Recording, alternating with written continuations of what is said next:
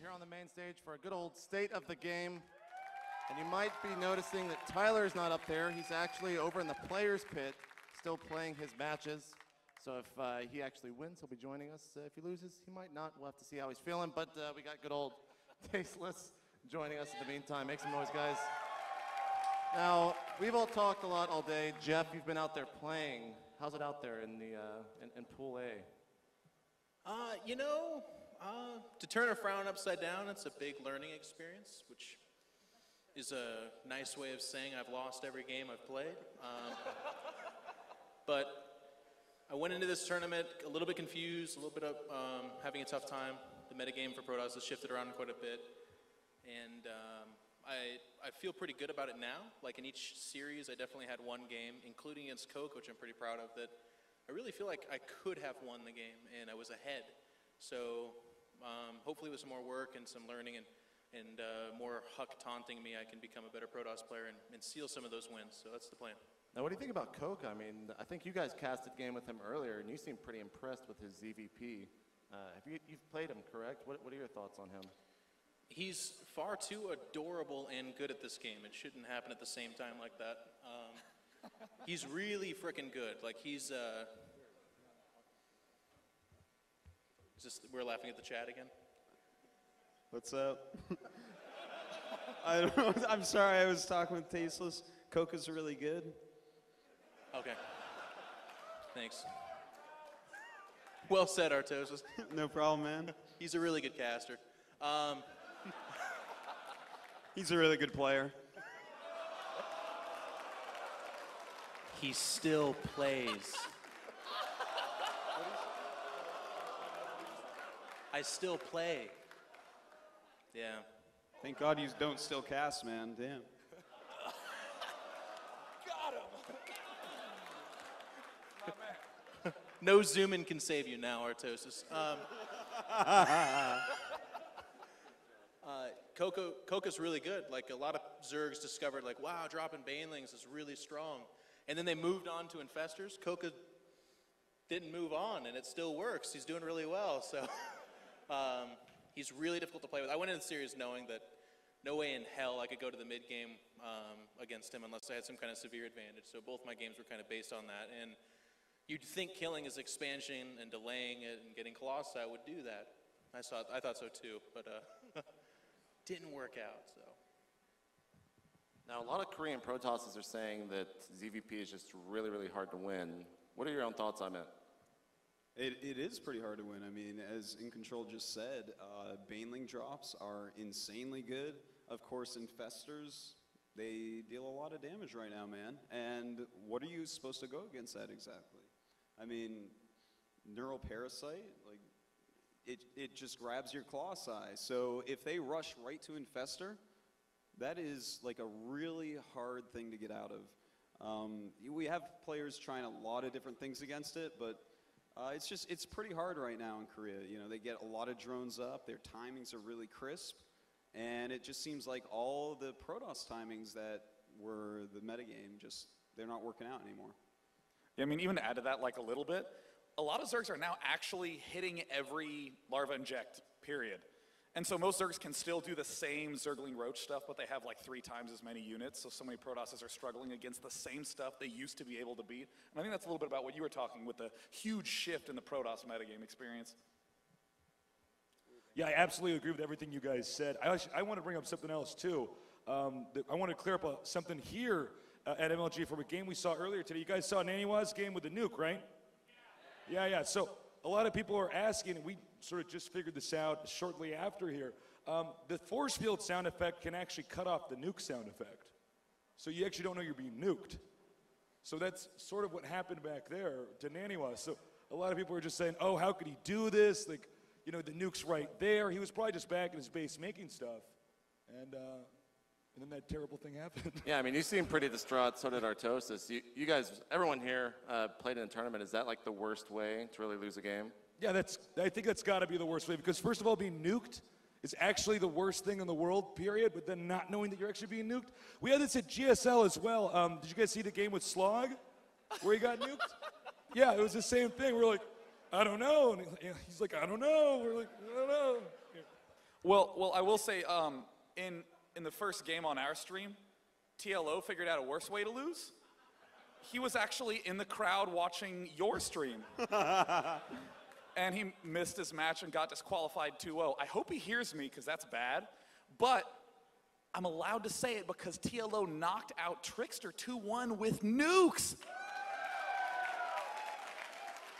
But he should definitely continue to try to show up to his matches. I think that being nuked is a holdover from Brood War. Like, it really sucked in Brood War because it was such a bad ability. But in StarCraft 2, they've actually they've grown. /dance is actually the worst way to lose.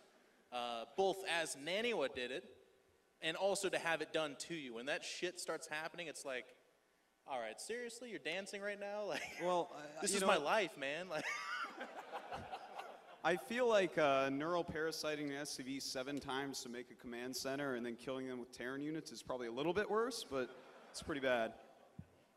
yeah, that does take the cake, I suppose. But then if they dance after doing that, then it's like, holy shit. And then you're getting messaged by people you can't D&D the whole time. You're like, I know I'm losing, I'm sorry. Now, Shauna, all these people out here didn't get a chance to see you in Husky Cast. What was your favorite match of the day to cast? I remember now. I remember. It was Nada versus Kiwikaki. Actually, that whole series. Kiwikaki 2-0 Nada. Yeah, right now, in that group, first-ranked player, Kiwikaki 3-0. Ranked number 2, Liquid Chef 2-1. Not a Korean in the top 2. I mean, Koreans are still going to get the top 6 at this tournament, but Yeah, that's a that was good the start follow-up. for foreigners. Is a foreigner going to win, or is Korean just going to get top 6? Actually, if a non-Korean wins that, I think they can't take top 6 if they win that group. I think if you win your group, you're guaranteed top 6. Yeah. It's here for Yes. foreigners, I guess. Okay. Well, it was really exciting to me to watch Kiwikaki play. It was kind of the old school style of a lot of Colossus, the Stalkers. It wasn't this modern, crazy, like fast armor, Zealot Archon business. It was just straight, pure, huge, classic army mix. And I mean, Kiwikaki got like 6 Colossus and 30 Stalkers really fast. Nada almost completely wiped out all the Colossus on the field, and there were still 30 Stalkers alive. It was crazy to see him at that level. Now, Puma's still in the open bracket. I think he's going to be playing Pain User tomorrow.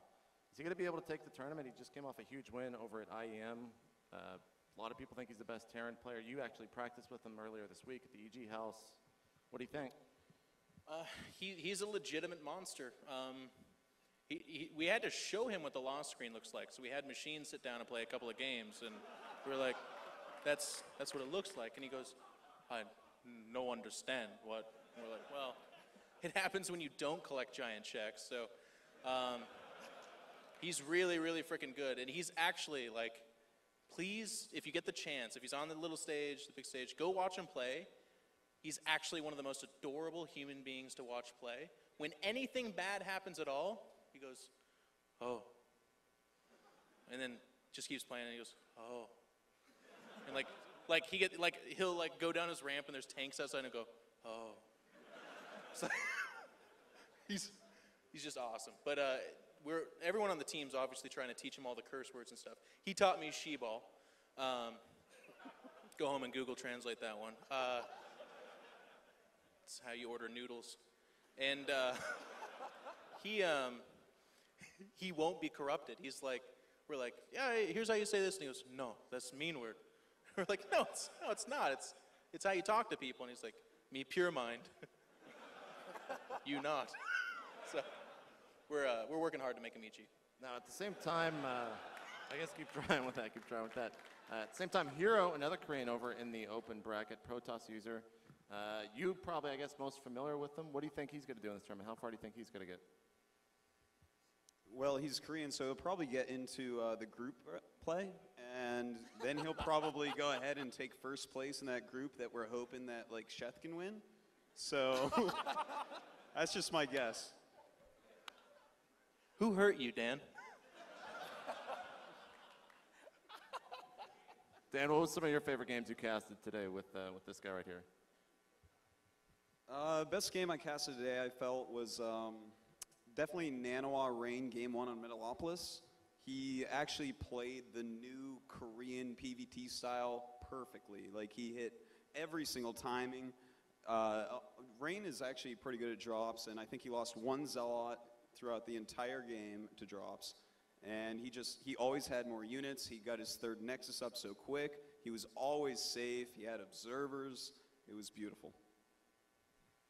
Yeah, if I could just chime in, I thought the PvPs for the final games today, that was just amazing. I mean, actually so much better than some of the PvPs we've seen at GSL.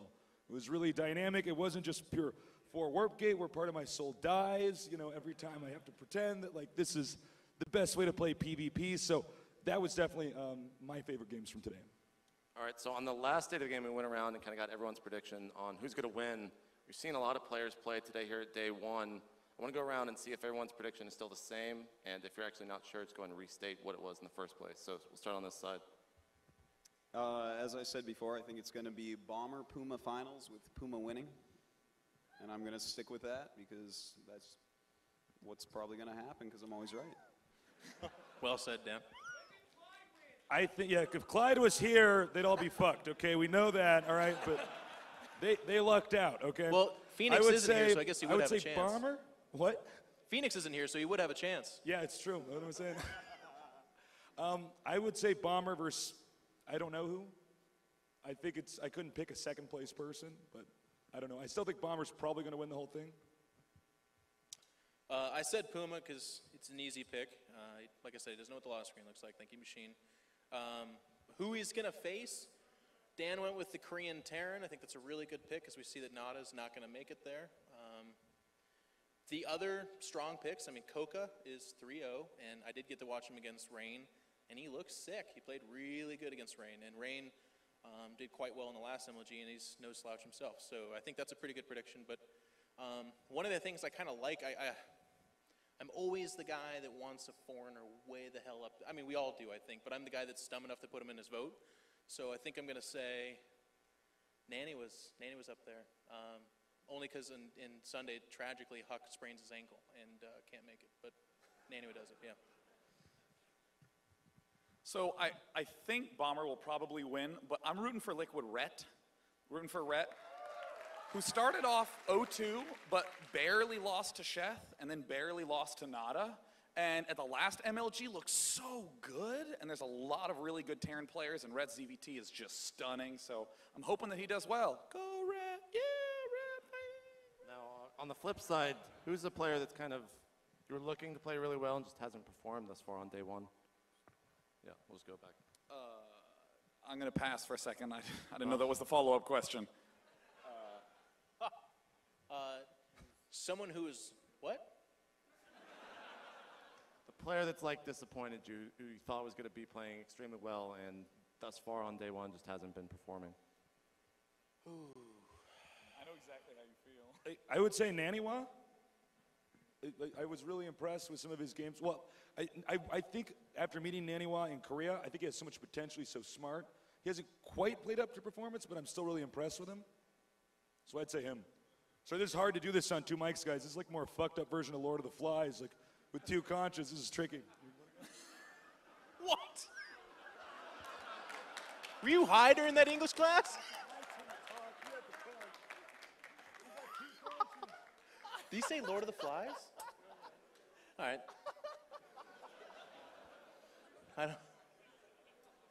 I don't know. I wanted to make a literary reference, but that one's so messed up I can't even follow up with it. I think one thing that's kind of cool about this tournament is I feel like the skill gap up at the top is starting to close a little bit. Like Bomber came into this tournament and everyone was like, well, there's the winner. There's no touching him. He's dropped a couple of games. And it's not like he got cheesed out necessarily. Show took a legitimate game off of him. And no, it wasn't Show. It was Show. Excuse me. Always have to do that. But he had another game that was like 35 minutes, and he had his time when he could beat him too. I think, and that's not my only example. I think you can go through the top tier and see that some of the players who were like, oh, well, they're going to win, or they've done so good in the past, you can't necessarily say that as much anymore because it's becoming like any given Sunday. It's becoming like if someone's just out of their mind frame for one day, we look at them and we're like, well, they're not that great anymore. I mean, easy picks for this too are in the past. My favorite guy to give crap to, because I hate him, is Select. He actually had a tough tournament this last one. But it turns out he's actually a phenomenal player who goes on to win the North American Invitational for BlizzCon and do other great things. But then in another tournament, he goes like 1-4 in the bracket. So this is my long-winded way of saying I think it's kind of cool that we all need to look at like some of these players who we expect to win everything. They're not doing it, and it's not because they're bad. It's because everyone's getting that good. Huck? Well, you know, Huck he's so good. He's done so well lately. He's top 8 GSL. But, you know, he's not crushing his group at all. You know, he's one of the players where, like, maybe you will actually win this group. But, you know, I think he played really well, but he made some actually really sloppy and poor decisions against Nanawa. And I think that really cost him. And it's like stuff I wasn't expecting to see. If you have an observer and you've spent all this gas on all that and you move out with, like, 4 slow Zealots and like 7 Blink Stalkers against someone just going Blink Stalker, that's not a round of 8 GSL move. Well, Hong and Prime, I'm sorry, but I don't know. I feel like Huck is underperforming what he could do. That leaves you, man. I'd probably say Idra as one player who's not performing up to his skill level, because he had 2 seriously won games against Show and engaged with just Mutalisks against the Marines. But it was like 40 Mutalisks, but as it turns out, Marines are really good. Like absurdly good. If any of you see those games, you'll know exactly what I'm talking about. But right now, Idra's 1-2 in his group. I'm pretty confident he'll win both of his games tomorrow, but I really thought that he could at least take a game off Bomber and definitely should have taken down Show. Well, let's give a round of applause here because it's getting kind of late, guys. We do want to bring on Sundance and Adam to talk about 2012, also make an announcement. So big round of applause for these guys here, casting, playing. And, I think it's state of the game tradition where every 5 episodes we bring on boring MLG people to put everyone to sleep. We'll see, man. We'll see. It's a joke. Come on. Get it. This is They're my my life, friends. guys. They're my friends. It wouldn't be a night without me putting my foot in my mouth at least. All right, so we'll be right back, guys. We're going to jump to a commercial.